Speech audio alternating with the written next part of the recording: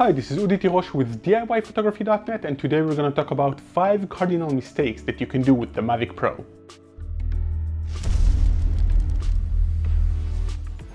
I'm saying Mavic Pro, but of course the same goes for the Mavic Air, the Spark, or any other drone that DJI makes. Mistake number 1, leaving the dome on. Every DJI drone has a dome, and this dome is covered with a silicone thing, and this is what it looks like. Now, a lot of people keep this on because they think it will protect the gimbal and the camera. But if you're leaving this on, you're preventing the camera and the gimbal from the air intake.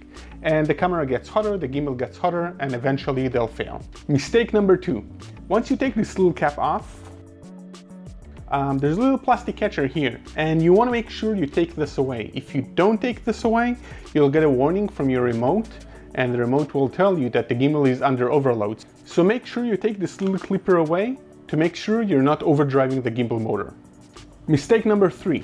A day before you're flying, always make sure to turn the drone on to make sure you don't need a firmware update. Firmware updates can take up to an hour. You really want to make sure you're not doing this in the field. Mistake number 4. Trying to fly in an NFZ.